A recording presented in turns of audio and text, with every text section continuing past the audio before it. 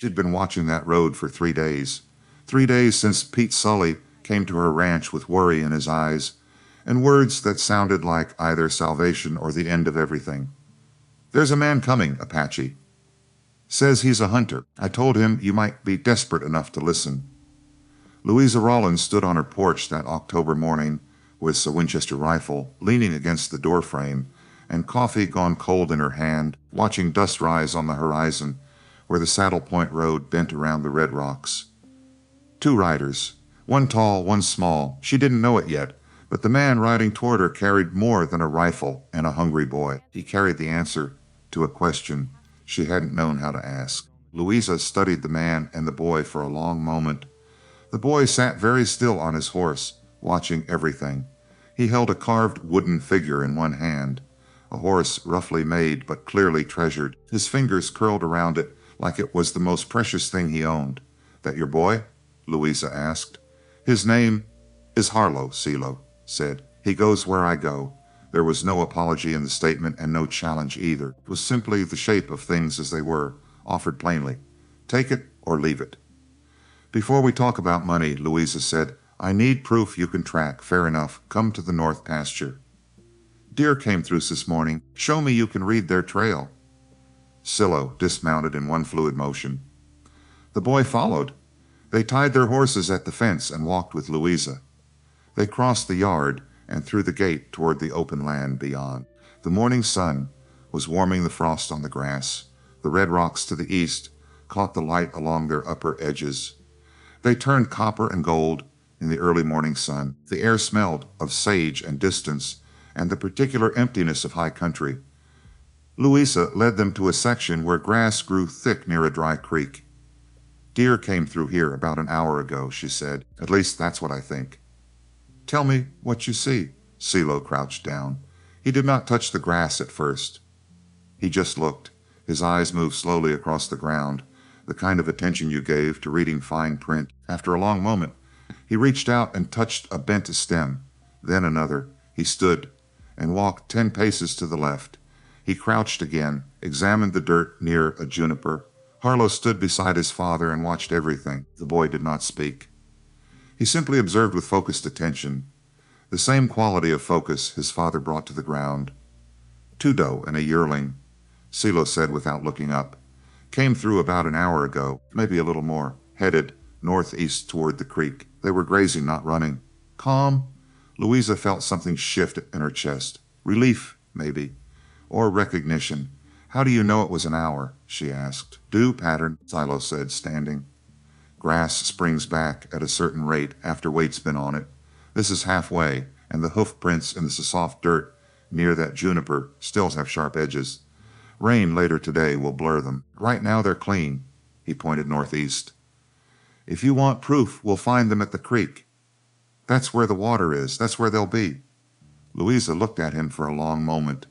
Then she said, "Let's go see." They walked northeast through the sage and scattered juniper. The land rose slightly and then dropped into a shallow draw. A thin line of cottonwoods marked where the creek ran. It was mostly dry this time of year, just a trickle between rocks. And there, in a small clearing where the grass had stayed green, were 3 deer, 2 doe and a yearling. Grazing in the morning sun, exactly as Silo had said. Louisa stopped walking. The deer lifted their heads and looked at her. Then they turned and moved quietly into the trees. She looked at Silo. He looked back at her without expression, not smug, not proud, just waiting. "All right," Louisa said. "Come to the fence. We'll talk about wages." They walked back to the ranch yard in silence. Harlo followed his father with the quiet efficiency of a well-practiced child, a child who had done a great deal of following and who knew how to do it without getting underfoot.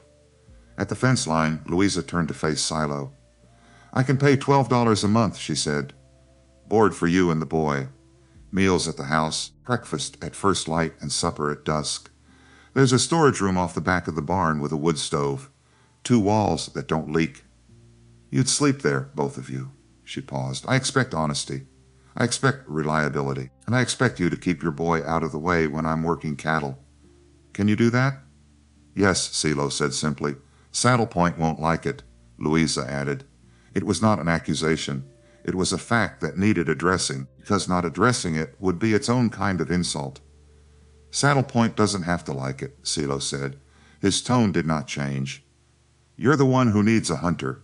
Louisa studied him for a long moment. He let her study him without fidgeting, without trying to fill the space with reassurances. Put your horses in the corral, she said finally. There's fresh water at the pump. She turned back toward the house before he could say anything further, because she did not entirely trust the expression on her own face, and she preferred to manage her feelings in private. From the porch, she watched him lead 2 horses toward the corral. Harlo trotted beside him, the wooden horse still clutched in one hand. The boy said something to his father in a low voice. CeeLo answered him, and whatever he said made Harlo glance back at the house with an expression that Louisa, from a distance, could not quite read. She went inside and added wood to the stove. She stood at the kitchen window for a long moment, looking out at nothing in particular.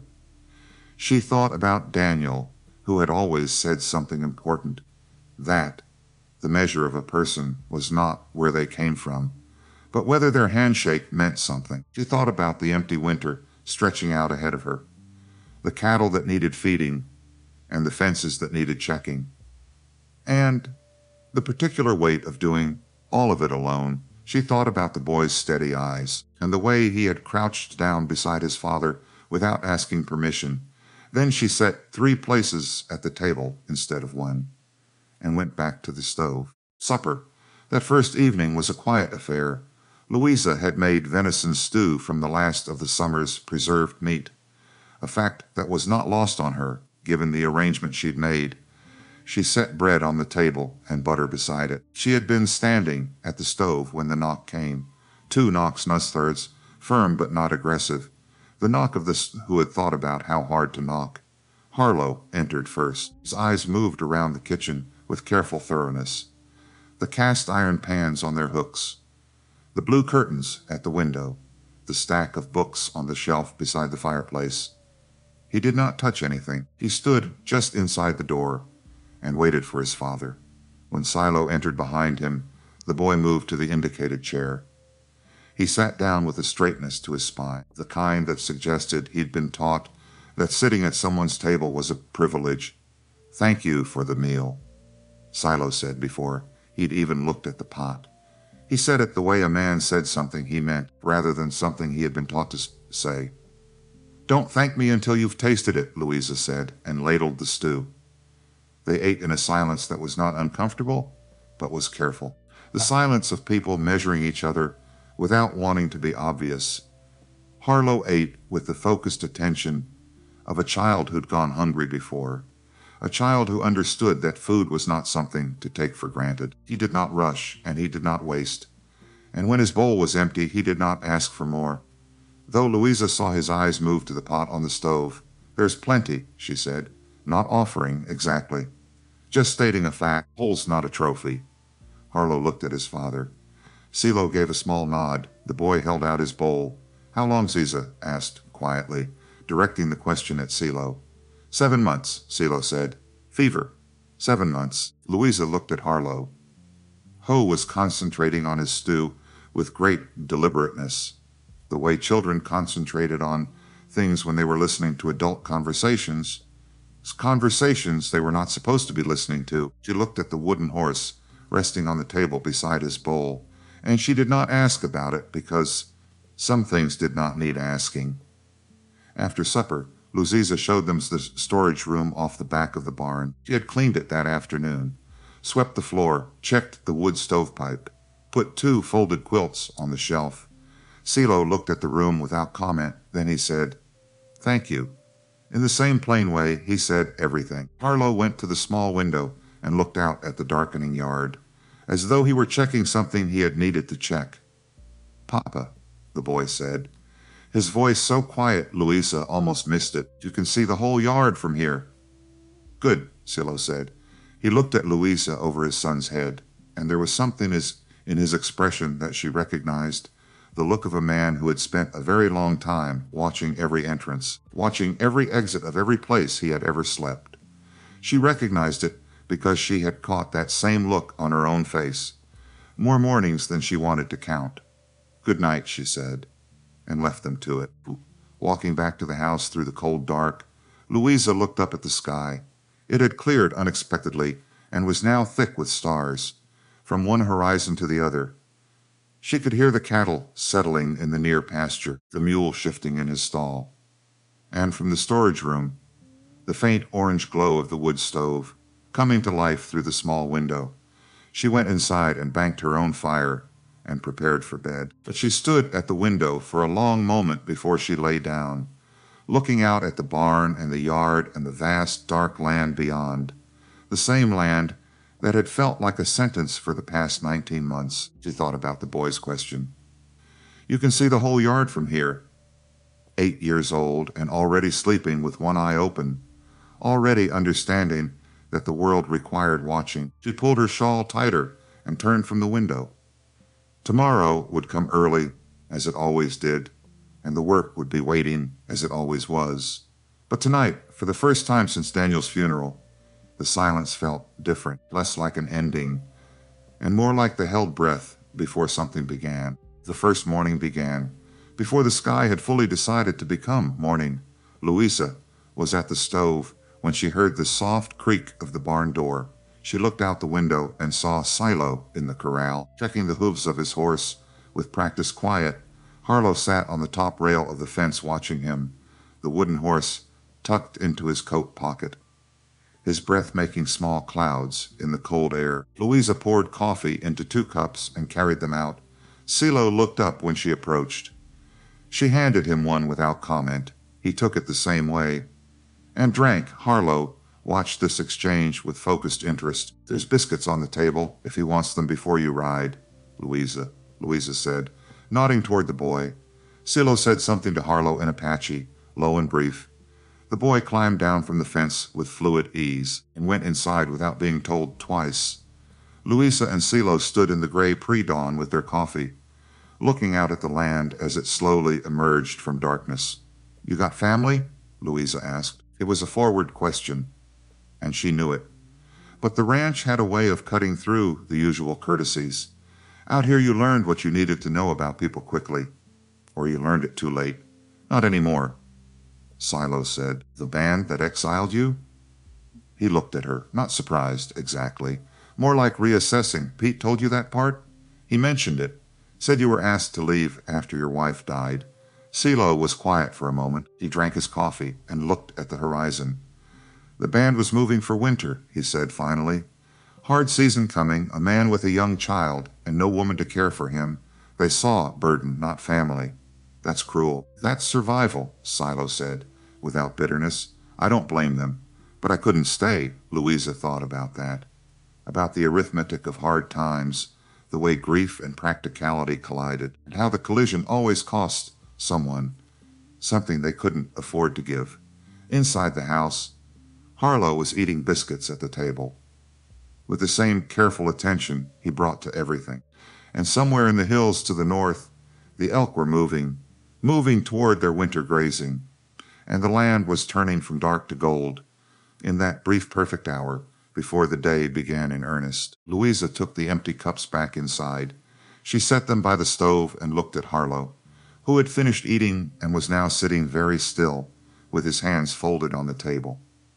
"Your father's a good man," she said. It was not a question, just an observation, but Harlo looked at her with those ancient eyes and nodded once, as though this were something he had known for a very long time and was glad someone else had finally noticed. Later that morning, Louisa was working in the barn when Harlo approached. The boy stood in the doorway watching her for a moment. Then he said, "Your mule is sad." Louisa stopped what she was doing. "Copper? He makes a sound in the morning like he is looking for someone." Harlo kept his eyes on the ground. "My mother's horse did that after she died. He was looking for her." Louisa felt something tighten in her chest. "Copper and my husband were good friends," she said carefully. "Daniel used to give him the first piece of whatever he was eating at breakfast, apple, biscuit, whatever it was, every morning for 8 years. Harlo was quiet for a moment, turning this over. Then he said, "You could do it. Give him the first piece, so he knows someone still remembers.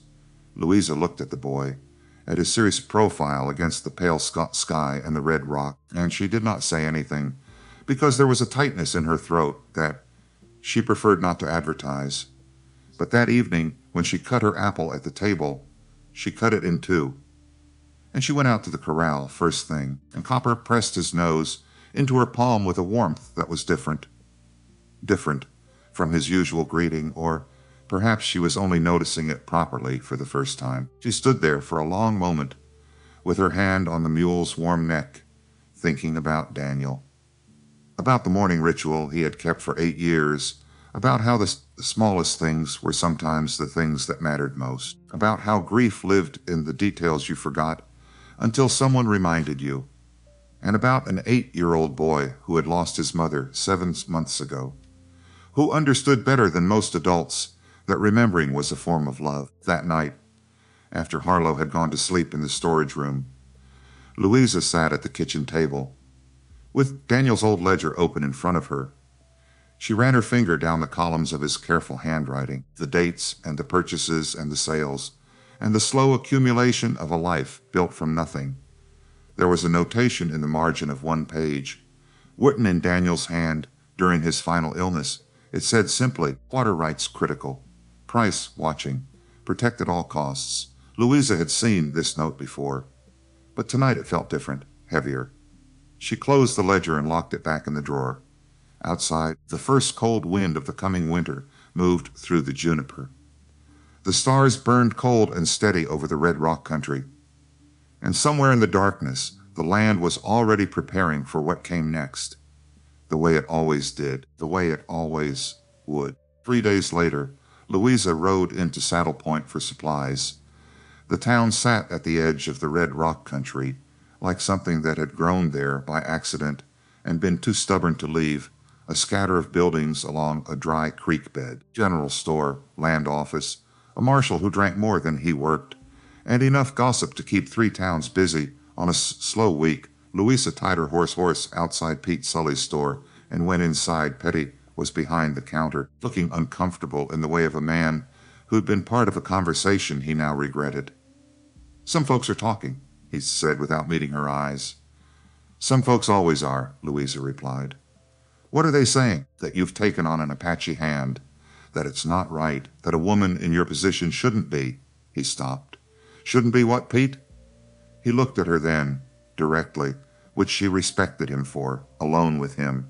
"Out there, people are saying it looks bad. I hired a hunter because I needed one," Louisa said. Her voice was level. "He is competent. He is honest, and he has not given me a single reason to regret the decision." She set her list on the counter. "If the town has opinions about that, the town is welcome to come out and fix my fences." Pete had the grace to look slightly ashamed, which was the appropriate response. He filled her order without further commentary. As she was loading the wagon, a man stopped on the boardwalk, a rancher named Cord Westfall, who ran a small operation east of town. "Heard you took on that Apache," Westfall said. "Not a question. I hired a hunter," Louisa said without stopping her loading. "Yes, people are concerned. I appreciate the concern," Louisa said. She lifted the last sack into the wagon. "But my ranch is my business, and who I hire to work, it is my decision." Westfall opened his mouth and closed it again, which was the correct choice. Louisa drove home with the particular tight-shouldered feeling of a woman who'd handled something well and was furious that she'd had to. That evening she told Silo about it, not because she owed him the information, but because she had decided early in her adult life that honesty was a form of respect, and the people who worked for her deserved to know what was being said. He listened without interrupting. When she finished, he was quiet for a moment. Then he said, "Do you want me to go?" "No," she said, with more directness than she had planned. "I want you to stay, but I want you to know what's being said, so you're not caught off guard by it." He looked at her steadily. "I have been caught off guard by worse things than other people's opinions," he said. "So has Harlo." "I know that," she said. "I just wanted you to know that what they're saying is not what I think." There was a pause, and in that pause something shifted between them. Not dramatically, not in the way of stories, but in but in a quiet way that trust actually moved between people who had both been hurt before and had learned to be careful with new things. He gave a small nod. That was not just acknowledgment, but something more. And she returned it, and they went back to their respective tasks without ceremony. But both of them understood that something had been established, a line had been drawn, a position taken, and whatever came next, they would face it together. 2 days later, Pete Sully's son rode out to the ranch at dusk, young, maybe 16. His face flushed from hard riding. "Mrs. Rollins," he said, pulling up at the gate. "Pa sent me. Said to tell you there's a man been asking questions in town about your ranch." "About your water rights. What man?" Louisa asked, though she already knew. "Cutter Price," the boy said. "He was at the land office this morning. Stayed there near 2 hours." Louisa felt something cold settle in her chest. "All right," she said. "Thank you for riding out." The boy nodded and turned his horse back toward town. CeeLo was standing beside her. He had not said anything, but she could feel his attention focused and sharp. "Who is Cutter Price?" he asked quietly. "The man who wants this ranch," Louisa said, "and every other ranch between here and the river." She looked at the land stretching out around them, the barn and the corral and the pastures Daniel had built from nothing, the water that ran through Crow Creek and gave life to everything she owned.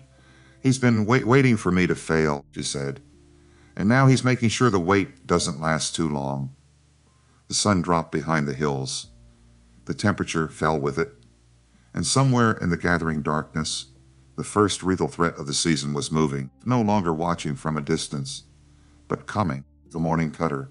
Price came to the ranch. The sky had a particular pewter color, the kind of color that meant was building somewhere to the north.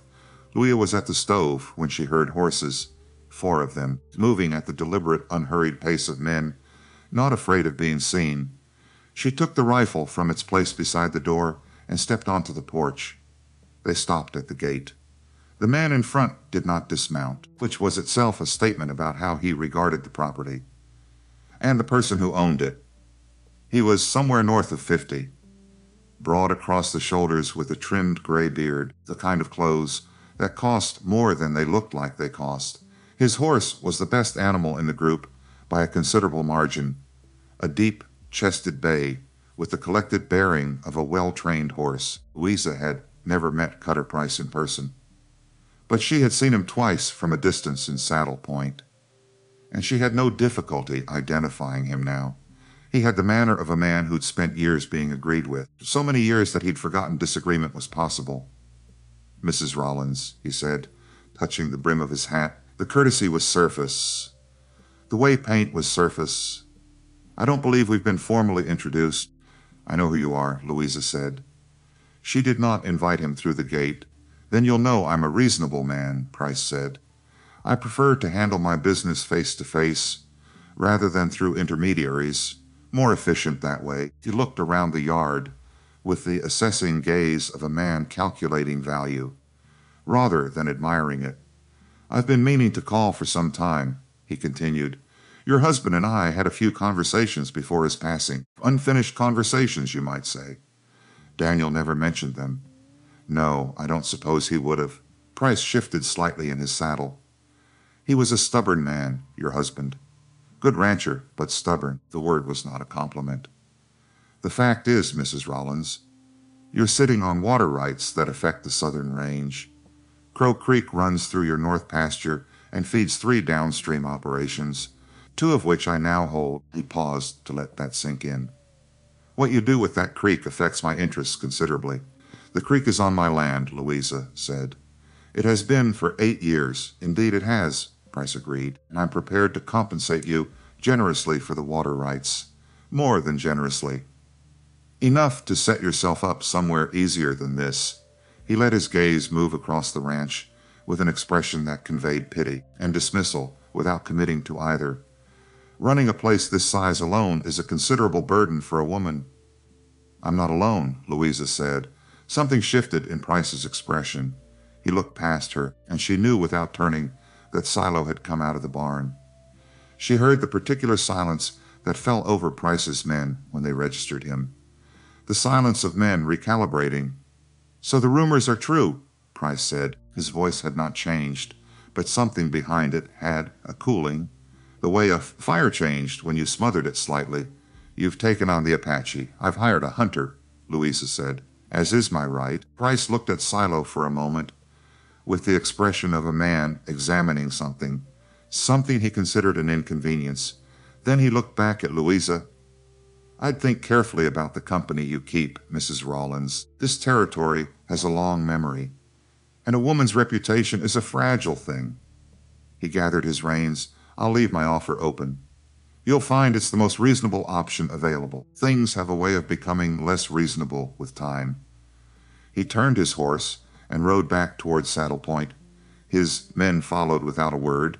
Louisa watched them go until they were small against the pale landscape. Then she turned to find Silo standing 10 feet behind her. "How much of that did you hear?" she asked. "Enough," he said. "He watched the riders until they disappeared around the bend in the road. He wants the creek. He wants the ranch," Louisa corrected. "The creek is the reason, but the ranch is the want. He's been taking pieces of this valley for 2 years, and we're one of the last independent operations of any size left between here and the river." She paused. Daniel knew it was coming. He just thought we had more time. Silo was quiet for a moment. "Men like that don't make one visit," he said. "They make one polite visit, then they start applying pressure. What comes next will not look like what just happened." "I know," Louisa said. "I've been watching it happen to other ranchers for 18 months. She looked at him. "Does that change anything for you? About staying?" He met her eyes with the directness she had come to rely on. "No," he said simply, and went back to the barn. Louisa went inside and stood at the kitchen window, with her coffee gone cold in her hand, thinking about Cutter Price's eyes when he had looked at the ranch, the flat, acquisitive assessment of a man who'd already decided something belonged to him and was merely working out the logistics of collection. She thought about Daniel, who had borrowed against the property twice to get through bad years, and whose ledgers she had spent the first winter learning to read, finding in their margins his careful, worried notations about the water rights and what they were worth and who else knew it. She set down her cup and went to the desk in the corner, opened the locked drawer with the small key she wore on a cord around her neck, and took out Daniel's land documents. She spread them on the table and read them for the 4th time since his death, looking for the thing she had always suspected was there and had never quite been able to identify. She found it on the 3rd page of the water rights addendum, a clause so carefully worded that it took her 2 readings to understand what it actually said. Crow Creek's water rights, as deeded to Daniel Rollins in 1866, were tied to active working use, not to the land itself. If the ranch ceased operation as a working cattle property for 1 year, the rights reverted to territorial claim and could be filed on by any qualifying party. Louisa sat with this for a long time. Then she put the documents back in the drawer and locked it, and went out to the barn to find Silo. She explained it to him plainly, the way she explained everything, because she had decided that plainness was the only useful language between people who needed to trust each other quickly. He listened without interrupting, crouched in the barn doorway, the piece of harness leather across his knee that he'd been mending. When she finished, he was quiet for a full minute, turning it over. "He's been watching for you to fail," he said finally, not hoping. "Watching. There's a difference." "Yes, which means he knows about the clause." His land agent would have read the same documents. They're on file at the territorial office in Saddle Point. Louisa folded her arms against the cold coming through the barn door. 2 bad winters in a row. A husband dead.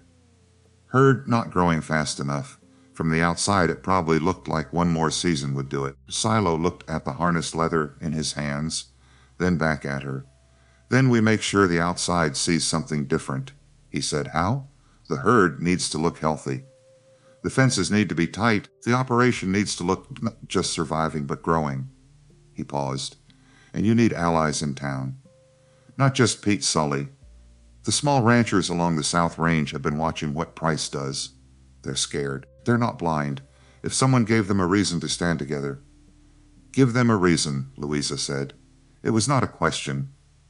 You're not the only one with a water problem, Silo said. Price controls the merchant supply lines into town. He's been tightening them slowly, making it harder to get feed and equipment at fair prices. If the smaller ranchers compared note sites, they'd see the pattern. Louisa looked at him. How do you know about the merchant supply lines? Pete Sully's loading dock faces the alley, he said. Men talk in alleys more freely than they talk in stores.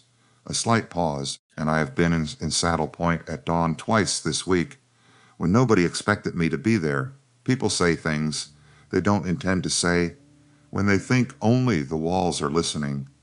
She studied him for a moment. Poker, you've been gathering information. I've been paying attention, Silo said. It's the same thing I do in the high country before a hunt.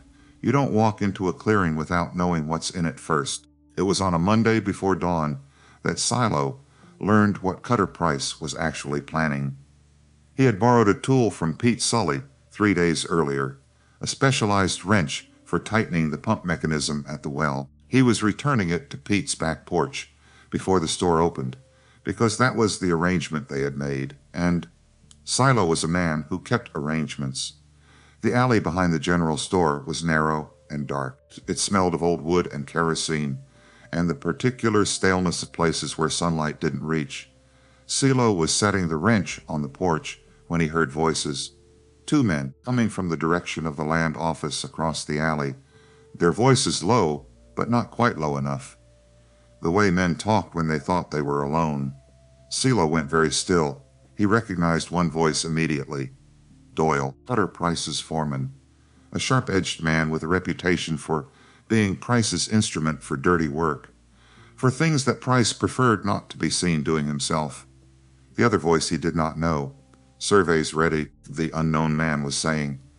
Clerk says he can have the filing prepared by the 15th. Price wants it earlier, Doyle said. Wants everything in place before Christmas. Can't rush the paperwork too much. Looks suspicious. Don't care how it looks. Just get it done. There was a pause. Then the unknown man said, What about the widow? She's still operating. For now, Doyle said. There was something cold in his voice, something that made the hair on Silo's neck stand up. But weather's coming. Hard winter predicted. Things happen in hard winters. Accidents? Price say that specifically? Price doesn't say anything specifically. That's the point. Another pause. When? Soon, before we file. Needs to look natural. And if it doesn't work, then we try again. Price has been patient for 2 years. He's done waiting. The voices moved away. Footsteps receding down the alley toward the main street. Silo waited in the darkness for a full 5 minutes before he moved, making sure they were truly gone, making sure no one else was listening. Then he picked up the wrench and walked back to where his horse was tied. He did not ride straight back to the ranch.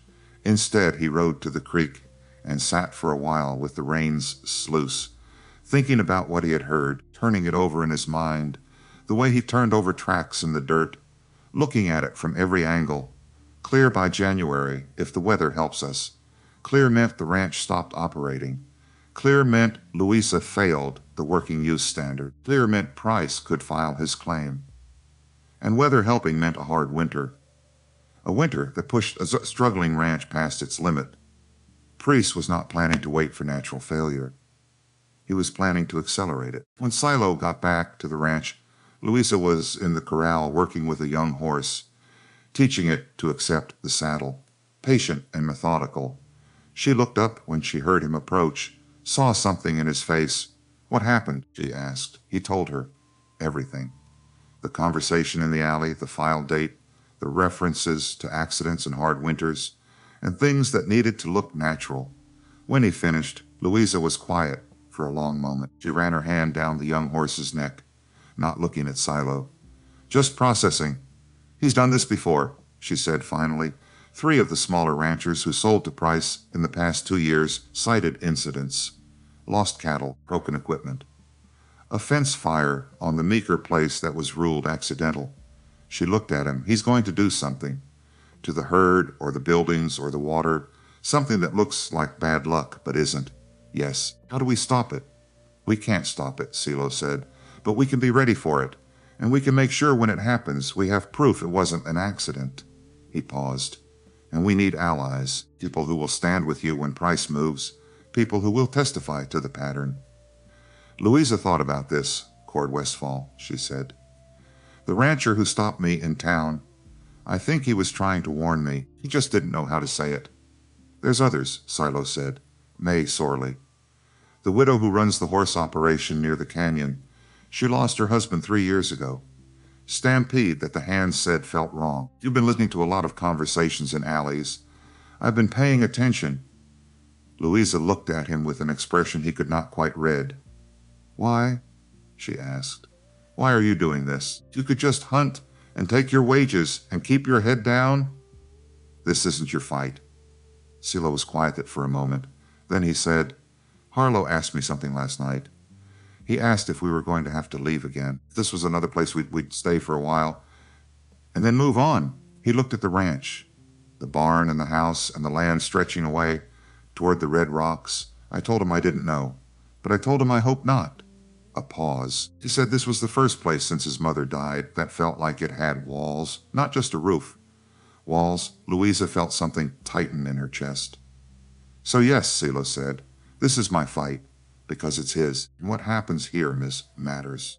That evening after supper, when Harlo had gone to bed, Louisa asked the question she had been holding since morning. They were sitting at the kitchen table, Louisa going over the feed inventory, the Silo cleaning his rifle with methodical care. How do you know to listen in alleys? She asked. To watch like this. To pay attention the way you do? Silo's hands stopped moving. He did not look up from the rifle. For a long moment he said nothing. And Louisa thought perhaps she had crossed a line, asked something he was not ready to answer. Then he said, very quietly, I worked as a translator for the Army. 3 months. Fort Stanton. This was years ago. Before Harlo. Before Aida. He set down the cleaning cloth. They promised fair treatment of Apache prisoners, said they needed someone who spoke both languages to help with negotiations, make sure everyone understood each other. A pause. I believed them. What happened? I learned that translation is not about understanding. It's about control. They would ask me to translate questions for the prisoners. They wanted me to translate them in ways that made the prisoners give certain answers, to trick them into saying things that could be used against them later. His voice was very level, very controlled. I watched them use my words to set traps, to turn families against each other, to make people believe safety when there was none. When did you leave? When I understood what I was part of. I walked away one night, didn't tell anyone. Just left. He looked at her then. My people never forgave me for working with the cavalry. The whites never trusted me after I walked away. I belonged to neither. That's why I know to listen in alleys, where outsiders learn what's actually happening. Louisa sat with this, understanding now the shape of what she'd seen in him. The watchfulness, the way he always knew where the exits were, the careful attention to everything around him. You chose conscience over belonging, she said finally. That's not betrayal. That's the hardest choice there is. Maybe, Silo said, but it's a choice you live with every day. Yes, Louisa said. I imagine it is. Outside the wind had picked up, the first real cold of winter pressing against the windows, and in the storage room off the barn, Harlo slept with the wooden horse on the windowsill, trusting that when he woke, the people he loved would still be there, the way children trusted, the way they had to, even when the world had given them every reason not to. They sat together in silence for a while longer. Then Louisa said, I'll ride to Westfall's place tomorrow, see if he'll talk. If he's willing, we'll know in the first 5 minutes, and if he's not, then we keep looking. Because you're right. We can't do this alone. Silo nodded. He picked up the rifle again and continued cleaning it. The rhythmic motion of someone who found comfort in routine. In the simple mechanical tasks that required no words, Louisa went back to her inventory, calculating what they had and what they needed, and what it would cost to make it through the winter if Price made good on his threat. The numbers were tight, tighter than she wanted to admit, but they were manageable if nothing went wrong, and if they could prove Price's interference before he succeeded. It was a lot of ifs, but it was what they had. Louisa rode to Cord Westfall's ranch on a cold Friday morning. The sky was clear, but the air had that particular bite. That said, winter was no longer a threat, but a certainty. Westfall's place sat on flat ground east of Saddle Point, where the soil turned from red to gray and the juniper gave way to open scrubland. It looked like a place a man built when he was trying to see trouble coming, rather than trying to put down roots. Westfall came out onto his porch before she had even reached the gate. He watched her dismount and tie her horse without speaking. When she came through the gate, he held the door open and said simply, "Coffee's on," which was the frontier equivalent of an extended hand. They sat at his kitchen table, which was smaller than Louisa's and considerably less organized. Westfall poured 2 cups and set the pot back on the stove and sat down across from her without preamble. "I owe you an apology," he said, "for what I said on the boardwalk. It came out wrong." "I know," Louisa said. "Silo told me what he thought you were actually saying. Was he right?" Westfall looked at her with a reassessment she recognized. As a man encountering a situation that had moved faster than he expected. "Your Apache figured that out?" he said, not disparagingly. "Just placing it. He pays attention. I can see that." Westfall wrapped his hands around his cup. 43 head, he said, last April. Stampeded through a fence line in the middle of the night and scattered everywhere from here to the canyon wall. My 2 men both said they heard something that spooked them. Not a predator, not thunder. Something deliberate. He looked at the table. Price made an offer 2 weeks later. Below market, but not insultingly so. I said no. Nothing's happened since. But the waiting is its own kind of pressure. The Meeker fire, Louisa said. Old Jim Meeker was 72 years old and tired. He sold inside a month, and before that, the Garza family. Their well went bad in the middle of summer, tested contaminated. Never explained how. Westfall looked up. Pattern's clear enough if you're willing to see it. Problem is seeing it and proving it are 2 very different things, especially in a town where the marshal is Price's cousin by marriage. Louisa put Daniel's water rights documents on the table. She had made a copy in her own hand the night before, because the originals would not be leaving the locked drawer again until they were needed in front of someone with the authority to act. She explained the reversion clause and what Silo had overheard in the alley behind the land office. Westfall read the copy carefully. He read it twice. Then he set it down and looked at Louisa with an expression that had moved past surprise into something harder, something more purposeful. "He's been running the clock," he said, waiting for the property to technically fail the working use standard, then filing the moment it does, with a survey already prepared and a filing date already chosen, Louisa said. "He's not waiting for natural failure anymore. He's going to help it along before January." The kitchen was quiet for a moment, just the wind working at the north wall, and the sound of a horse moving in Westfall's corral. He stood up and went to the window and looked out at his flat gray land for a long moment, and Louisa let him look, because some decisions needed a moment of open space around them before they could be made properly. "I know 2 other ranchers who'll sit down," he said finally, turning back. "Ed Pratton, south of the creek, and May Sorley, who runs the small horse operation near the canyon road. Both of them have had incidents they couldn't explain and offers that came too soon after." He paused. "If you can get your Apache to lay out what he heard in that alley." Along with these documents, that's the kind of thing a territorial marshal might listen to. Emphasis on territorial, not local. "There's a territorial marshal's office in Las Cruces," Louisa said. 3 days' ride. Someone would have to go in person. A letter can be intercepted, and the telegraph office in Saddle Point runs through Price's land agent's building. He looked at her steadily. It would need to be someone Price didn't know to watch for. They looked at each other across the table, both of them understanding the shape of what was being proposed without having to describe it out loud. "Let me talk to the others first," Louisa said. "See if they're willing." Then We'll figure out who goes and when. She stood. Thank you, Cord. He walked her to the door. Your husband was a good man, he said. He helped me get started when I first came here, lent me tools, gave me advice, never asked for anything back. A pause. I should have stood up earlier. When I saw what Price was doing, I was waiting for it to be someone else's problem. You're standing now, Louisa said. That's what matters. She rode home with the documents in her coat and a plan that was still rough-edged but had the essential structure. The structure of something that could work, which was more than she'd had that morning. The community meeting happened 5 days later in Louisa's barn because it was the most neutral ground they could find.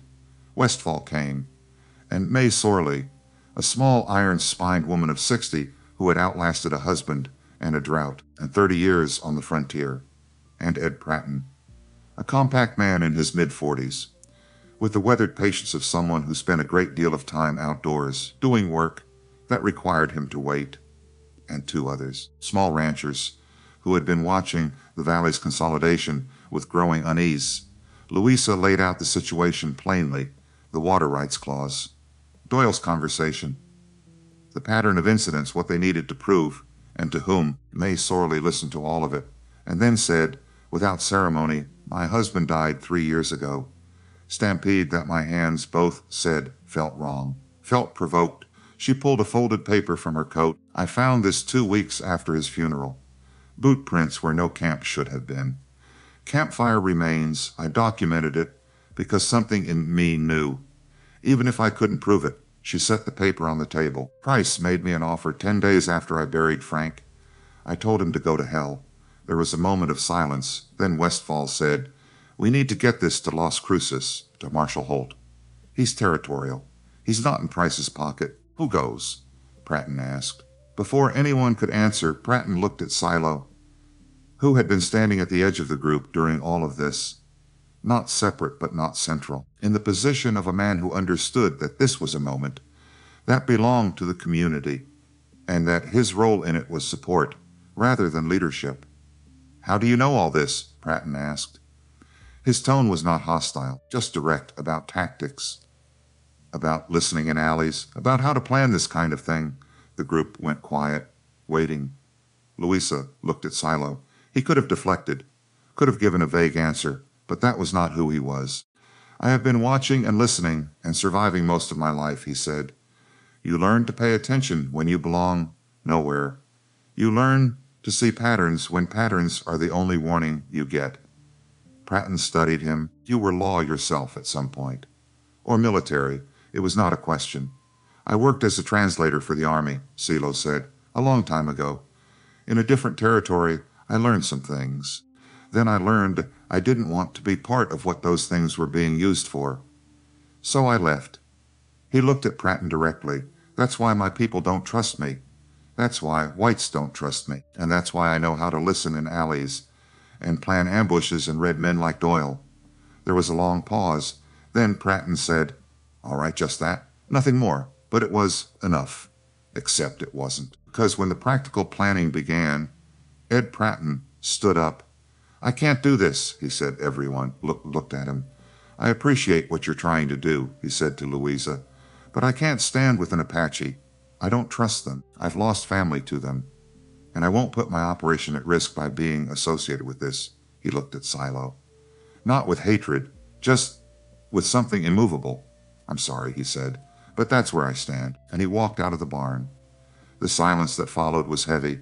May Sorley was the one who broke it. He's a fool, she said flatly, but he's a scared fool. And scared fools are harder to change than mean ones. We can do this without him, Westfall said. Can we? Louisa asked. How many ranchers do we have? 4, including me.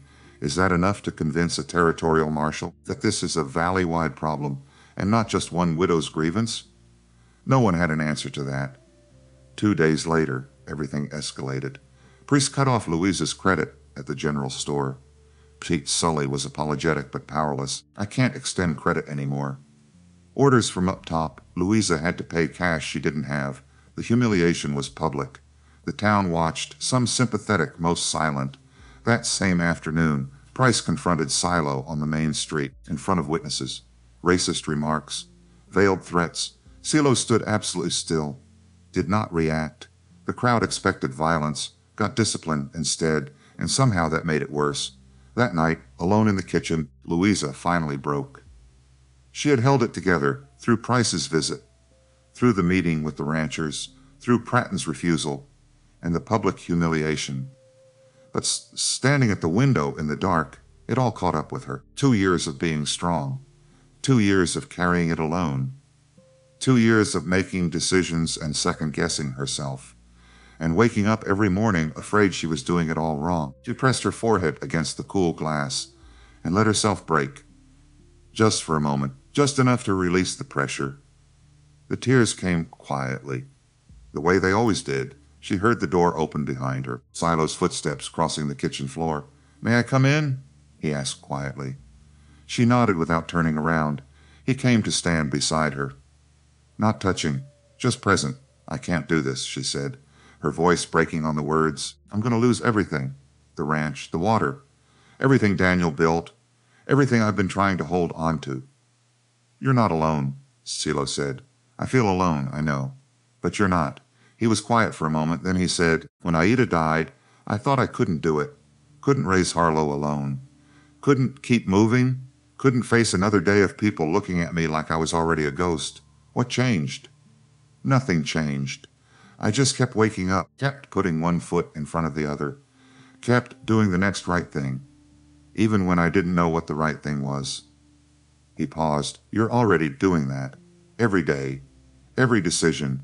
You're already strong enough. You just don't feel like it right now." Louisa turned to look at him, his face in the lamplight, the steady certainty in his eyes.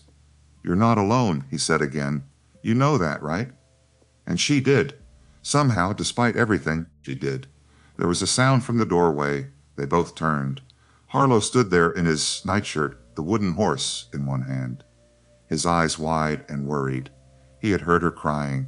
Louisa pulled herself together, wiped her face, stood up straighter. "I'm all right," she said to him. "I'm allowed to be scared. But scared doesn't mean stop. That's what your mama would say, isn't it?" Harlo looked at her with those ancient eyes, and then, slowly, he nodded. "Yes," he said quietly. Louisa held out her hand. Harlo crossed the kitchen and took it, and Silo put his hand on both their shoulders, and the three of them stood together in the warm kitchen, the fire burning, and the night pressing against the windows, and something that felt almost like safety settling around them. Not safety exactly, but the next best thing, the knowledge that whatever came next, they would face it together. Now, 3 days after Price cut off Louisa's credit, Ed Pratton's son nearly died. The boy was 10 years old, name of Thomas. He had been riding the property line between his father's land and Louisa's ranch, the way ranch kids did when they were old enough to be trusted, with a horse but young enough to still think they were invincible. His horse spooked at a rattlesnake, coiled under a juniper. The horse reared. Thomas fell, and the impact with the hard ground broke his arm in 2 places. It knocked the wind out of him so completely that he could not cry out. Harlo saw it happen. The boy had been playing near the fence line, building something elaborate with sticks and rocks that only made sense to him. He heard the horses scream and looked up in time to see Thomas hit the ground.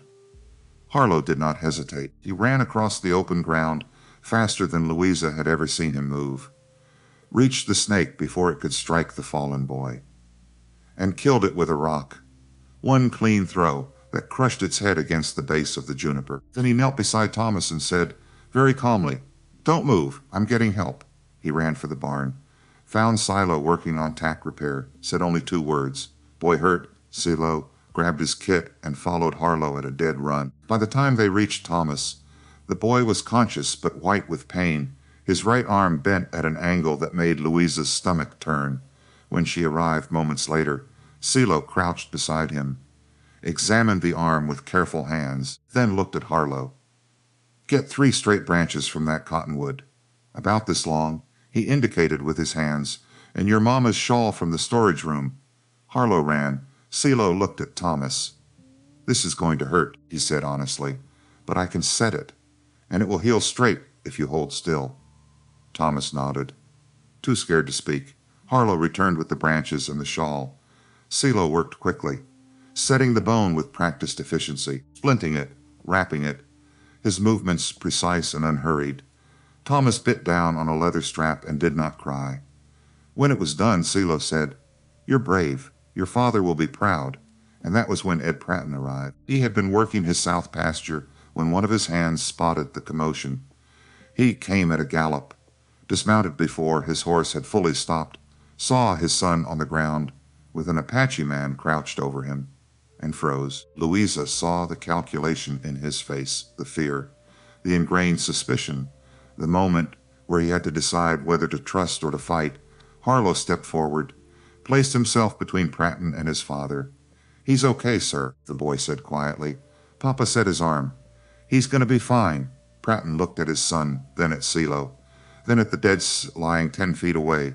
With its head crushed, "He saved him," Thomas said weakly. "The little boy. He killed the snake. And then his papa fixed my arm." Pratton's face did something complicated. Anger and relief and shame all fighting for space. He knelt beside his son, touched his face, examined the splint with hands that shook slightly. "It's a good set," Louisa said quietly. "Clean. Straight. He knows what he's doing." Pratton looked at Silo, really looked at him. "For the first time since the meeting in the barn, you saved my boy," he said. "Your boy was hurt," Silo replied. "It's what you do." "I was wrong," Pratton said. The words came hard, like something being pulled from deep water. "About you, about a lot of things." He stood, held out his hand. Silo took it. They shook once. "Firm and brief, I'll ride with you," Pratton said. "Whatever you're planning, whatever you need. I'm in." That evening, Harlo sat at the kitchen table drawing, his pencil moving across the paper with focused attention.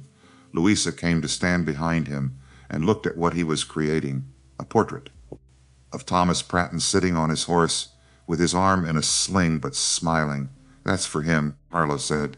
"So he remembers he was brave." Louisa put her hand on the boy's shoulder.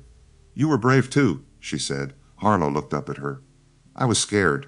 "Being brave doesn't mean you're not scared," Louisa said. "It means you do the thing anyway. Is that what Mama would say?" "I think that's exactly what she would say." Harlo smiled, a small, genuine smile, the first one Louisa had seen on his face in weeks, and she understood that something had shifted. Not just with Pratton, but with Harlo himself, the boy who had spent 7 months being careful and quiet and watching the world with ancient eyes, was finally starting to believe that maybe, just maybe, this place was safe, safe enough to smile in. 4 days later they gathered again, all of them this time, in Louisa's barn with the doors closed against the cold Westfall and May Sorley. Pratton and 2 other ranchers who had been watching and waiting, and Silo, standing at the edge with Harlo beside him. May Sorley had brought documents, old land records from the territorial office. She spread them on a makeshift table made from hay bales. "I did some digging," she said, "about Price's family, about why he wants this land so badly." She pointed to a deed dated 1844. Price's father, Jeremiah Price, owned this land 30 years ago. 3,000 acres, including what's now Louisa's ranch. "How did he lose it?" Westfall asked. "Poker game," May said. "Lost it to a drifter named Samuel Court. Man had marked cards. Everyone knew it. But a debt's a debt on the frontier." She pulled out another document. "Court sold the land to Daniel Rollins in 1866. Clean title. Fair price. Legal transaction. So what's the problem?" Pratton asked. "The problem," May said, "is that Jeremiah Price told his son the land was stolen, not lost in a card game. Stolen by cheats and thieves who took advantage of an honest man." She looked around the group. "Cutter Price grew up believing his family was robbed, that this land is rightfully his, that getting it back is justice, not theft." "But it's not true," Louisa said. "No, but he believes it is, which makes him more dangerous, because in his mind he's not stealing, he's reclaiming." The barn was quiet for a moment. Then Silo said, "Men who believe they're righteous are harder to stop. Harder to stop than men who know they're wrong." "Yes," May agreed. "But they're also more likely to make mistakes, because they think the law is on their side even when it isn't." Westfall looked at the documents. "This doesn't change what we need to do. We still need to get evidence to the territorial marshal. We still need to prove Price is orchestrating these incidents, agreed, Louisa said. But it helps us understand what we're facing. This isn't just business for him. It's personal. It's legacy. He's not going to stop. Then neither do we, Pratton said. There was a murmur of agreement around the group. They spent the next hour planning watch rotations, documentation protocols, who would ride to Las Cruces and when, how to protect each other's operations while the evidence was being gathered. It was practical, methodical, the kind of planning that came from people who understood that survival was not about grand gestures, but about careful preparation. As the meeting was breaking up, Silo pulled Louisa aside. I found tracks this morning, he said quietly. South draw, 3 horses. They were watching the ranch when, last night, between midnight and dawn, they didn't come close. Just watch from the ridge. Louisa felt something cold move through her. He's preparing. Yes, and we need to be ready. How long do we have? Silo looked at the sky through the barn door, at the clouds building to the north. Weather's coming. Hard cold. Moon's dark in 2 nights. That's when he'll move. If I were planning it, that's when I'd move. Louisa thought about this, about everything they had built, about the people now counting on them, about Harlo sleeping peacefully in the storage room with the wooden horse on the windowsill. We need to turn the watch rotation, she said. Make it look like we're less defended than we are. Draw them in. Yes. Can you set it up? I can. She looked at him, this man who had knocked on her door 3 months ago, the boy behind him, and 7 words that had changed everything. I trust you, she said. He met her eyes, I know, that evening, while Silo was positioning the watch rotations and explaining the plan. Louisa found herself alone in the kitchen with a cup of coffee gone cold.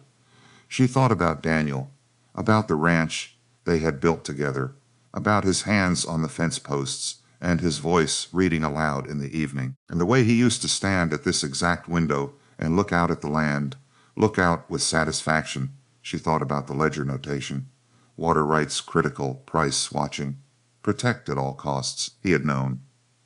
Even dying, he had known what was coming, and he had trusted her to protect it. She heard footsteps behind her. Small ones. Harlo stood in the doorway. The wooden horse in his hand. Can't sleep? She asked. He shook his head. Me neither. He came to stand beside her at the window, looking out at the same dark land. Are they coming? He asked. She could have lied, could have told him everything was fine. But she had learned that Harlo knew when people were lying, and that he preferred hard truth to comfortable fiction. Probably, she said. Soon? Will we be ready? Yes. Will we win? I don't know. But we'll fight.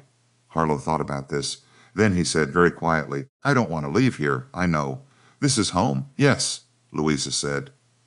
It is. She put her hand on his shoulder.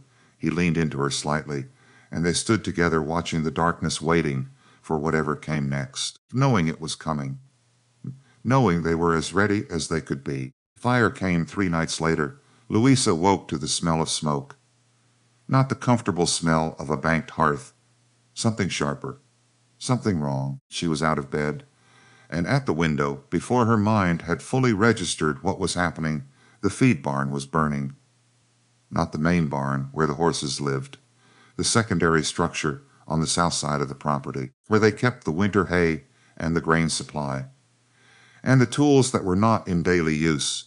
It was a critical building. Without what was inside it, feeding the herd through a hard winter became nearly impossible, which was precisely why it had been chosen. Louisa pulled on her boots and grabbed her coat and ran outside. Silo was already at the water pump. A bucket line started between the pump and the burning structure. He had been awake before the fire was visible, had smelled it on the wind, the way he smelled weather, the way he smelled everything. Harlo! Louisa shouted.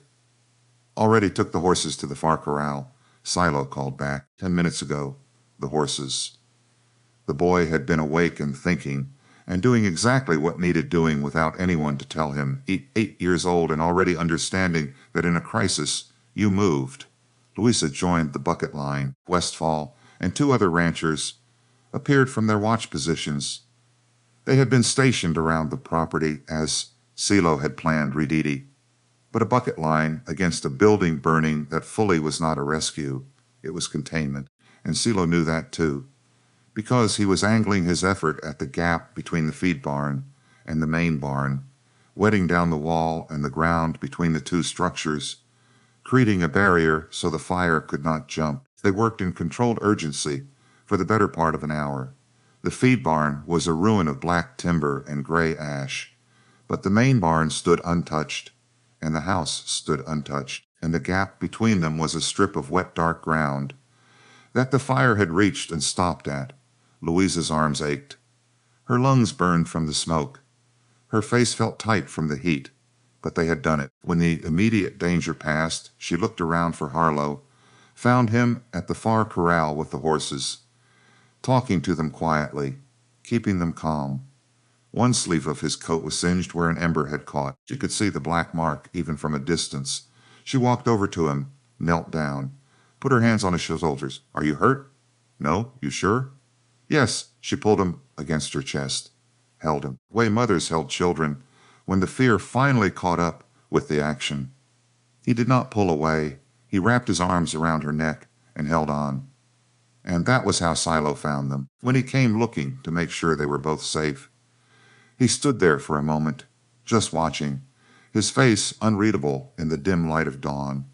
Then he put his hand on both their shoulders, and the three of them stood together in the cold morning, breathing hard, coated in soot and ash, alive. As the sun came up fully, Silo walked the perimeter of the burned structure. Louisa watched him crouch at the south wall, then move to the east wall. His attention focused and complete. After perhaps 10 minutes he stood and came back to where she was standing with Westfall and Pratton. 2 points of origin, he said quietly, one at each end of the south wall. An accelerant. You can smell it in the baseboards. Someone poured it, Westfall said. Not a question, yes. And took their time doing it. This wasn't thrown from a distance. Someone was here for several minutes, knew exactly which building to choose, knew exactly where to start the fire for maximum damage. Ed Pratton's hand was wrapped in a wet cloth. He had burned it badly when an ember fell on him during the bucket line, but he had kept working. "This is evidence," he said. 2 points of origin. "Accelerant. That's arson. That's criminal."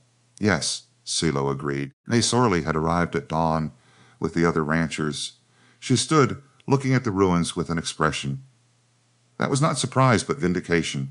"He made a mistake," she said. "He wanted to frighten you into selling. Instead, he gave us what we needed to bury him." Louisa thought about this, about the feed barn that Price's men had burned, about the winter stores that were now ash, about the cost of replacing it all before the heavy snow came, and about the fact that Price had just committed a crime. That left physical evidence. "We need the territorial marshal," she said now, "before Price realizes what he's done." "I'll ride today," Westfall said. "Me and May. 2 witnesses carry more weight than one." "Take the photographs," Silo said. Louisa looked at him. "Photographs? I have a camera. From my army days. It's old, but it works. We document the burn pattern, the accelerant residue, 2 points of origin. Physical evidence that can't be argued with. You know how to use a camera?" "I was trained as a scout." "Part of that was documentation." He looked at her steadily. "I know what I'm doing. I believe you." They spent the next 2 hours documenting everything. Silo took careful photographs of the burn patterns, the places where the accelerant had soaked into the wood, the 2 clear points where the fire had started. Westfall sketched a diagram of the building and marked the key evidence. May Sorley wrote down testimony from everyone who had been present, what they had seen, what they had smelled, what time they had arrived, and Pratton, despite his burned hand, helped gather samples of the charred wood that still smelled of kerosene.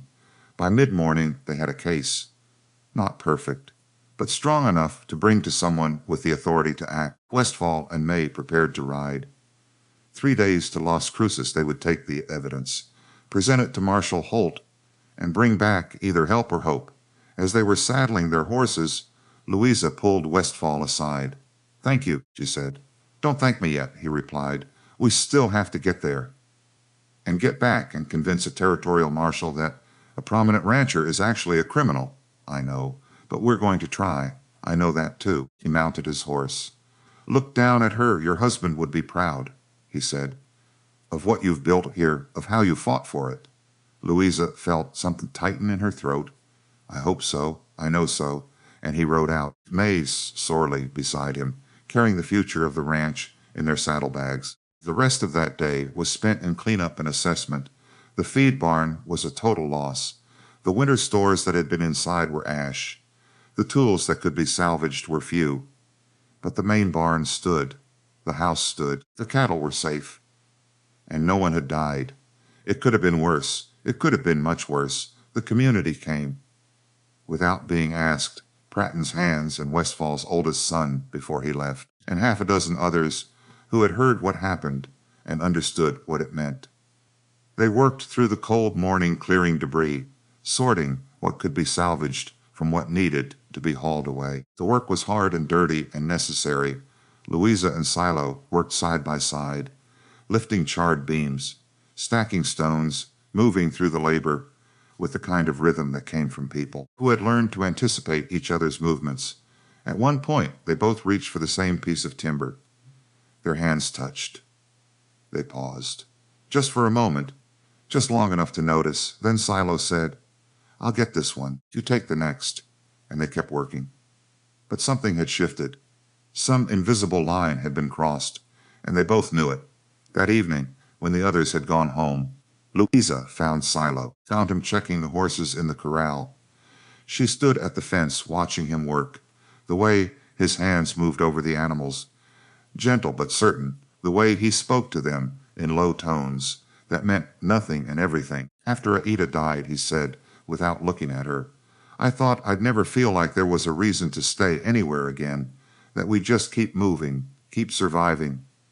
Never settling. He finished checking the last horse and turned to face her, but now I know there is. A reason to stay. Louisa's heart was beating harder than it should be. From just standing still, Silo, she said. I know, he said. Not yet. When this is over, when we're safe, then we'll talk. Yes, but I wanted you to know. So you knew. She nodded, unable to speak around the tightness in her throat.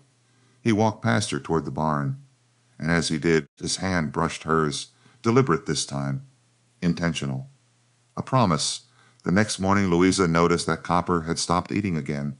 The mule stood in his stall with his head down, not moving, not interested in the hay or the grain or anything else. Harlo noticed too.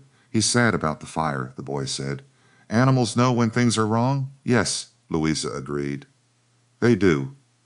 Harlo looked at the mule for a long moment. Then he went into the stall and sat down in the clean straw. Just sat there, not trying to make Copper eat, not trying to fix anything, just being present. After a while, Copper lowered his head and snuffled at the boy's hair, then his shoulder. Then he let out a long breath and began to eat. Louisa watched from the doorway, thinking about grief, about how it came in waves, about how sometimes all you could do was sit with it until it passed. You're good with him, she said to Harlo. He just needed to know someone was there, the boy replied. That's all any of us need. And she thought, when did this child get so wise? But she knew the answer. Loss had made him wise, the same way it made everyone wise, by teaching them what actually mattered when everything else burned away. That night, Silo found fresh tracks again in the south draw. 3 horses moving along the fence line, stopping at points where the sight lines were blocked, checking. Planning. They're coming back, he told Louisa. When? He looked at the sky. Moon's dark tomorrow night. That's when I'd move. They gathered the ranchers that evening, explained the plan. It was simple, elegant, the kind of plan that worked, because it used the enemy's assumptions against them. They would make the ranch look less defended than it was, reduce the visible watch, let Price's men think the fire had broken their spirit, threat them in close, and then close the trap. Pratton and two men would be in the draw itself, waiting. 2 more on the barn roof, where the angle gave them clear sight, and Silo would be ahead of all of them, in the dry wash 20 yards beyond, where anyone would think to look, becoming part of the landscape the way he had learned to do, still and present and entirely invisible, until he chose not to be. Louisa would be in the house with Harlo, both armed, both ready. A last line of defense if everything else failed.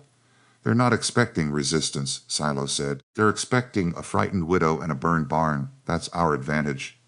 What if they don't come? One of the ranchers asked. Then we do it again tomorrow, and the day after. Until they do, Silo's eyes said he knew they were coming. The same way he knew weather. The same way he knew everything that mattered on this land. They came at 2 in the morning, 5 men, moving quiet but not quiet enough, crossing the fence where the draw offered concealment. They were 20 yards into the property when Silo stood up, out of the darkness, directly in front of them. "Put your weapons on the ground," he said, his voice carrying no more tension than if he were discussing the weather. The effect was immediate. The front 2 men stopped dead. The rear 3 walked into them. In the confusion that followed, Pratton and his men came up from behind, and the ranchers on the barn roof made themselves known. By the simple, practical method of cocking their rifles loudly in the silence, 4 of the 5 men put their weapons down. The 5th was Doyle. He calculated his odds in the space of a heartbeat, decided running was better than surrendering, and went for his horse. He made it as far as the fence. Silo's rope settled over him before he reached the fence line, brought him down hard into the cold ground. Doyle rolled, came up with a gun in his hand, fired wild. The shot went high. Silo was already moving, closed the distance, twisted Doyle's wrist until the gun dropped. Could have broken his neck right there, could have ended it. Instead, he said, "You have a daughter. She needs her father. Even one like you." Doyle stared at him, shocked. "How did you?" "I've been watching you watch us," Silo said. "I saw you on the ridge the day Harlo saved Pratton's boy. I saw your face. You have a daughter his age, and what you're doing is going to take you away from her for a very long time." Something broke in Doyle then. His face crumpled, and he started to cry. "I got a little girl," he said. "What am I doing? What am I doing?" "You're going to tell the truth," Silo said to the territorial marshal. "Everything, every fire, every well, every stampede, all of it." Doyle nodded, still crying. "Yes, yes, I'll tell them everything." They tied the 5 men and put them in the barn, posted guards, sent a rider to town to telegraph Marshal Holt. As dawn broke, the community gathered in the yard, looking at each other with the exhausted satisfaction of people who had fought together and won. Louisa came out of the house, saw Silo at the fence, saw the cut on his forearm from where the fence wire had caught him during the struggle with Doyle. "Inside," she said. Now he followed her into the kitchen, sat at the table, let her clean the wound and wrap it with practiced efficiency, the efficiency of a woman who had tended frontier injuries for years. Her hands on his skin were gentle, professional. But there was something else there, too, something that made her fingers linger just slightly longer than necessary. "Thank you," he said quietly. "For what?" "For trusting me. For letting me be part of this. For giving Harlo a place that feels like home." She looked at him, really looked at him. "This man who had knocked on her door 3 months ago and changed everything. You saved us," she said. "We saved each other, and that was the truth. The simple, honest truth that needed no embellishment." From the doorway, Harlo watched them, his face peaceful, knowing without being told that something important was happening, something good, something that meant they were finally truly safe. The sun rose higher. The cold morning turned to a clear, cold day, and somewhere on the road to Las Cruces, Westfall and May Sorley were riding hard, carrying evidence that would end Cutter Price's reign and give back to the valley what he had tried to take. Justice, not vengeance, not violence, but the slow, certain justice that came from people standing together and refusing to be broken. Marshal Caspar Holt arrived 2 days later, lean and deliberate with the air of someone who had seen most of what the territory could produce, and had formed settled opinions about all of it. He arrived with 2 deputies and a warrant with Cutter Price's name on it. He spent 3 hours in Louisa's kitchen, going through Daniel's land documents, and Silo's account of the alley conversation, and the physical evidence from the burned feed barn. Then he went to the barn and spent an hour with Doyle. What Doyle told him in that hour dismantled Cutter Price's operation with surgical precision. The fires, the poisoned wells, the orchestrated stampedes, the bribed land clerks, the falsified surveys, the arrangements with the local marshal, all of it came out in the plain language of a man trading information, trading for the best deal available, and holding nothing back that might reduce the value of what he was offering. When Holt emerged from the barn, he found Louisa and Silo and the gathered ranchers on the porch. "I'll need all of you to testify," he said. "Circuit Court sits in Las Cruces in January. I want every one of you there." He looked at Silo specifically. "That includes you, Mr. Swiftbear. Your testimony about the alley conversation is central to the fraud charges." "I'll be there," Silo said. Holt studied him with the practiced assessment of a man who weighed people for a living. "You were law yourself at some point," he said. "Not quite a question. A long time ago," Silo said. "In a different territory." "Thought so." That evening, as they prepared for the journey to Las Cruces, Pete Sully arrived at the ranch with a wagon full of supplies. "I should have stood with you earlier," he said to Louisa. "I was scared of Price. Scared of losing my business, but I'm done being scared." He unloaded flour and coffee and dried goods, enough to replace what had been lost in the fire. "Price be damned," he said. "This is on me." Louisa felt something loosen in her chest. "Thank you, Pete. Thank you for being braver than I was." He climbed back onto his wagon, looked at her one more time. "Your husband would be proud of you," he said. "I hope so. I know so." And he drove back toward town. That night Louisa sat at the kitchen table with Harlo. The boy was drawing, as he did most evenings now. His wooden horse sat beside him on the table, but he didn't clutch it desperately anymore, just kept it near. A memory honored rather than a ghost haunted by. "We're going to Las Cruces in a few days," Louisa said, "for the trial. You and your papa and me." Harlo nodded without looking up from his drawing. "Will we come back?" he asked. "Yes. This is home. We'll always come back." "Good." He kept drawing, his pencil moving with careful precision. After a while he said, "I drew something for you." He turned the paper around so she could see. It was a portrait of the three of them, Louisa and Silo and Harlo, standing in front of the ranch house, the mountains in the background, the barn to one side, all of them together.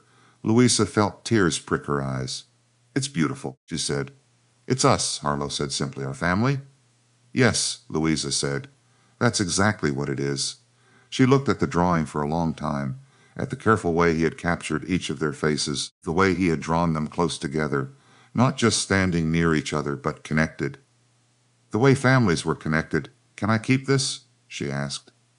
"I made it for you," Harlo said. She stood and went to the shelf where she kept her most precious things, Daniel's pocket watch, his wedding ring, the deed to the ranch, and she placed Harlo's drawing there beside them because it belonged with the things that mattered most. They left for Las Cruces on a cold Monday morning. The sky was clear, but the air had the bite of deep winter. Louisa drove the wagon. Silo rode beside her on his horse. Harlo sat in the wagon bed with blankets and his drawing paper, sketching the landscape as they moved through it. Westfall and May Sorley rode with them for the first day, then split off toward their own ranches. They would meet again in Las Cruces for the trial. The journey took 3 days. 3 days of cold roads and hard ground and the vast silence of the territory, but it was not an uncomfortable silence. Not anymore. On the second night, they made camp beside a frozen creek, built a fire, ate simple food, sat together in the warmth. Harlo fell asleep early, wrapped in blankets in the wagon bed. Louisa and Silo sat by the fire, not speaking at first, just being present with each other. Finally, Silo said, "When this is over, when the trial is done, there's something I want to ask you." "I know," Louisa said. "How do you know?" "Because I've been wanting to ask you the same thing."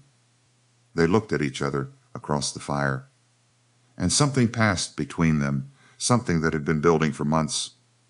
Since the day he knocked on her door, since the storm in the high country, since the fire and the ambush, and all the moments in between. "When we get home?" Silo, Louisa agreed. "When we get home." They arrived in Las Cruces on Wednesday afternoon. The town was larger than Saddle Point, more substantial, more permanent. The courthouse was a low adobe building with thick walls and small windows.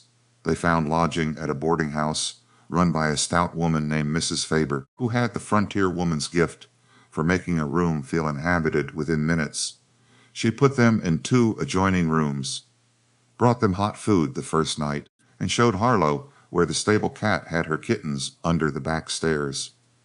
With the casual generosity of someone who understood that children needed anchoring points in unfamiliar places, the trial began the next morning. The courthouse was cold despite the stove in the corner. It smelled of old paper and authority, and people who had been waiting too long. Louisa testified first. For 40 minutes she answered every question plainly, without drama, without reaching for sympathy, just laying out what she knew and how she knew it. When Price's attorney tried to suggest she was a confused widow acting from grief, she looked at him with an expression that shut that line of questioning down. In under a minute, Silo testified after her. He described the alley conversation with the same precise, unhurried voice, the voice he used when describing tracks or weather, the exact words, the exact time, the names Doyle had used. The filing date mentioned. The specificity of his account landed in the courtroom with weight, the weight of things carefully observed and carefully remembered. Priest's attorney declined to cross-examine. May Sorley testified about her husband's death, the suspicious stampede, the too quick offer from Price. Westfall testified about his lost cattle, the economic pressure that followed. And then Doyle took the stand. For 30 minutes he laid out the complete architecture of Price's operation. Every fire, every poisoned well, every falsified document, every bribed official, all on Price's orders, all documented in his careful self-interested detail.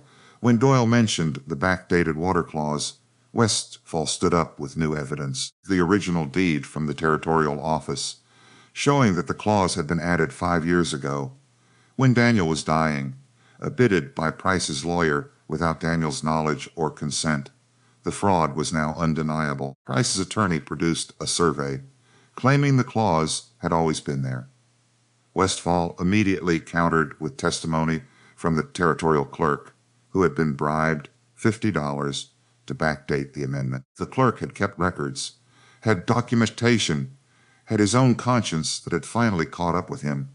Priest's case collapsed in real time, visibly, audibly, like a structure whose load-bearing walls had been removed. The jury deliberated for 90 minutes. The verdict came back, guilty on 7 counts, fraud, conspiracy, arson, criminal intimidation. The sentence, 22 years, territorial prison in Santa Fe. As Price was led away in chains, he looked at Louisa one last time, not with remorse, but with recognition, the recognition that he had lost to a woman he had dismissed as weak, a woman he had underestimated from the beginning, and that was perhaps the greatest defeat of all. Outside the courthouse, the community celebrated quietly. Pratton shook Silo's hand, once formally, then again more firmly. May Sorley embraced Louisa with the brisk affection of a woman who didn't hug often, but meant it when she did. Pete Sully, who had ridden down for the verdict, said simply, "Justice," and they all nodded, because that was exactly what it was. They rode home the next day through the cleared winter roads, the snow packed hard by the traffic of the court week, the air cold and clean, the mountains sharp against the blue sky. Harlo sat on the wagon seat with his drawing paper across his knees, sketching the landscape as they moved through it, his wooden horse safely in his pocket, not clutched desperately anymore, just carried, a memory honored rather than a ghost haunted by, a day out from Saddle Point. They stopped by a frozen creek for the noon rest. Silo said, "I need to ask you something." Louisa set down the provisions she was unpacking, looked at him. "I came here for work," he said. "I stayed for you, for this, for what we've built together." He paused, gathered himself. "I love you, Louisa. I love what you are, what you've made, and I want to stay. Not as a hired man, as your husband, both of us, Harlo and me. If you'll have us." Louisa looked at him for a long moment, thinking about the year behind them, the grief and the work, and the slow, careful way trust had built. She thought about Daniel, about how he had always said to measure a person by their handshake, not their origins, About how Silo's handshake had meant something from the very first day. Yes, she said. Both of you. As my family, Harlo turned from where he had been pretending to examine the horses. His face went through something complicated.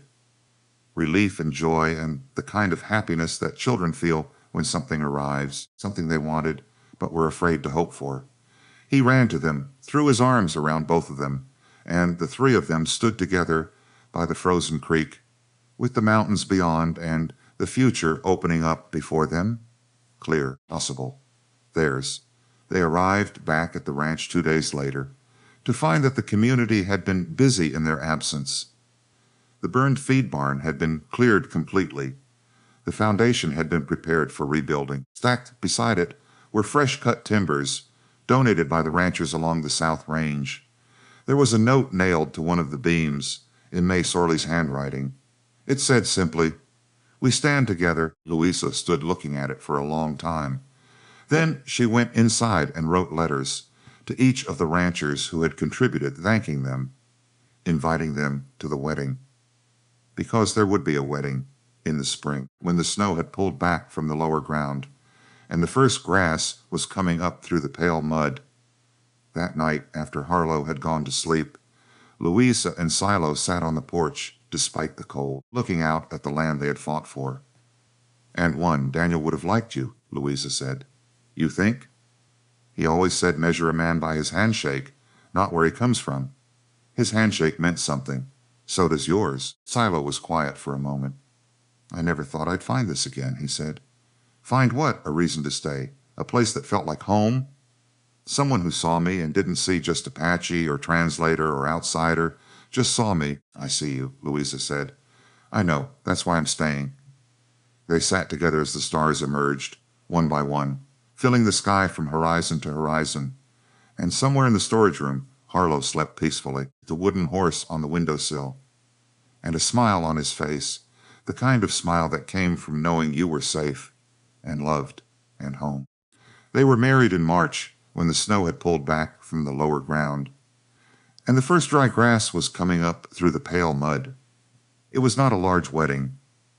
A ceremony in the ranch yard on a cold, bright morning. Pete Sully came, and his wife who cried, which surprised everyone including herself. Westfall came, and Mays Sorley and Ed Pratton, and a dozen other ranchers who had stood watch on cold nights and ridden hard roads and understood what they were witnessing.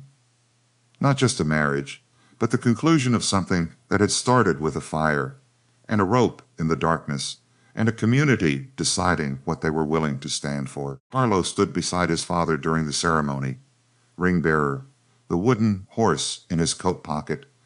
He wore a new coat that Louisa had made for him, fitted properly for the first time in his life. When the preacher asked for objections and the yard was silent, Harlo looked around at all the assembled faces with quiet satisfaction. Then he smiled, a real genuine smile, the kind that lit up his entire face. The ceremony was short, the vow simple. Silo promised to honor and protect. Louisa promised to stand and build. And when the preacher said they could kiss, they did, gently, briefly, but with a tenderness that made May Sorley cry into her handkerchief, and Pete Sully clear his throat several times. Afterward there was food, civil food, but plenty of it, and conversation and laughter, and the particular warmth that came from people celebrating together, people who had fought together and won. At one point Harlo came to Louisa with something in his hand. "The wooden horse. I want to put this inside," he said, on the mantel. "So Mama knows I'm okay, that I found a new family, but I didn't forget her." Louisa knelt down so she was eye level with him. "Your Mama would be so proud of you," she said, "and so happy that you're happy. You think so?"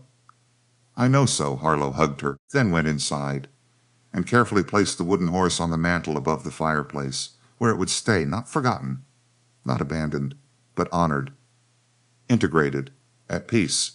As the sun began to lower toward the western hills, people started to leave, with handshakes and embraces and promises to visit soon. May Sorley was the last to go. She pulled Louisa aside before she mounted her horse. "You did good," she said, "both of you. You did real good. Thank you for standing with us." "That's what neighbors do," May said. "At least it's what they're supposed to do." She paused. Your husband, Daniel. He'd be proud. I hope so. I know so. And this new husband of yours, he's a good man. You chose well, I know." May smiled, a rare, genuine smile. "You're going to be happy," she said. "All three of you. I believe you're right. I know I am. I've lived long enough to recognize happy when I see it." And she rode away, back toward her own ranch, leaving Louisa and CeeLo and Harlo standing in their yard as the sun set and the stars began to emerge and the first real warmth of spring settled over the land, promising growth, promising life, promising all the things that came after you survived the winter. 1 year after the fire, the ranch was thriving. The herd had grown to 94 head. The new feed barn stood taller than the original. The fences were tight, and the water flowed clean, and the winter stores were full 3 weeks before they needed to be. Harlo had grown 2 inches, had filled 5 sketchbooks, had become known in town as the young artist who could draw your horse from memory. Community cooperative was working. Breese's merchant stranglehold had broken. A new deputy kept the peace without corruption, and Pete Sully kept art supplies behind the counter, just for Harlo. On an October evening, as the sun lowered toward the western hills, 3 people sat on the porch of the Rollins ranch, Louisa and CeeLo with coffee, Harlo with his drawing paper, all of them comfortable in the kind of silence that didn't need filling. The wind moved through the juniper along the fence line. The horses shifted in the corral, and the land stretched away toward the red rocks in the gathering dusk. "You know what I was thinking?" Harlo said, without looking up from his drawing. "What's that?" Louisa asked. "That this is what home feels like, not just walls, but people who stay." CeeLo put his hand on his son's shoulder. Louisa leaned into her husband's side, and the 3 of them sat together as the stars began to emerge. The land had not promised them anything, never had. It had just offered them the chance to find out what they were made of, and they had found out. They were made of stubborn determination and honest work and the willingness to open the door when someone knocked. They were made of early mornings and hard decisions, and the particular courage it took to build something worth keeping. They were made of the same things the land itself was made of: red rock and clean water, and the kind of strength that came from surviving. What tried to break you? The darkness settled fully. The temperature dropped, and inside the house lamplight glowed warm through the windows. Tomorrow would come early. The work would be waiting. The cattle would need feeding, and the fences would need checking, and all the daily tasks of the ranch would require attention. But tonight there was this, the porch and the stars, and 3 people who had found each other in the fire and the ash and the long, cold winter. 3 people who had learned that family was not what you were born into, but what you built when everything else burned away. And that sometimes, if you were brave enough and honest enough, the door you opened could lead somewhere worth staying. Home. Louisa looked at CeeLo. He looked back at her, and without words, they understood what they had created. Not just a ranch, not just a marriage, but a life, a real life, built from grief and hope and the willingness to try again. Harlo finished his drawing and held it up. It showed the 3 of them on this porch, with the mountains behind them and the stars above, and the ranch stretching out in all directions. "That's us," he said. "Yes," Louisa said, "that's exactly us." She took the drawing and looked at it, at the careful way he had captured this moment, this perfect ordinary moment that was actually extraordinary, because they were together, because they were safe, because they had won. "I'm going to frame this one," she said, "and hang it right beside the other one, the one of our family. This is our family too," Harlo said. "This moment, right now. This is what family looks like." "You're right," CeeLo said quietly, and they sat together a while longer, watching the stars multiply across the vast, dark sky, listening to the wind and the horses and the particular silence of home, the kind of silence that said, "You belong here. You fought for this. You earned this. This is yours." And when they finally went inside, the lamplight warm and welcoming, Louisa paused at the door, looked back one more time at the land, at the mountains dark against the stars, at the barn and the corral and the pastures Daniel had built, that she had protected, that Sislo had helped her keep, and she thought about the wooden horse on the mantel, about Daniel's sketchbooks on the shelf, about all the ghosts that had been laid to rest, and all the new memories being made. She thought about a knock on her door 3 months ago. That had changed everything, and she whispered into the night so quietly that only she could hear, thank you to Daniel, to Aida, to the land itself, to whatever force had brought Silo and Harlo to her gate on that October morning when she'd been watching the road, watching and waiting, and not even knowing what she was waiting for, until it arrived. Then she went inside, closed the door, and joined her family by the fire, where they belonged.